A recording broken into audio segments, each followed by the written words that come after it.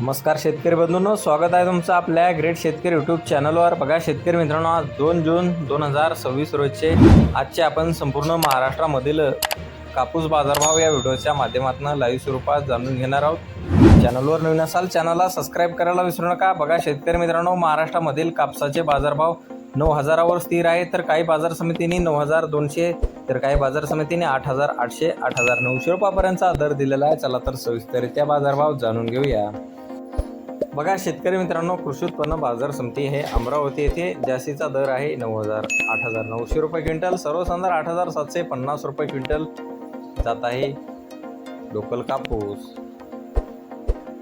बघा शेतकरी मित्रांनो, पुढील बाजार समिती उमरेड येथे अवकालेले 79 क्विंटल, कमीचा दर 7,680 रुपये क्विंटल आणि जास्तीत दर 8,950 रुपये क्विंटल, सर्वसाधारण 8,350 रुपये क्विंटल जात आहे लोकल कापूस।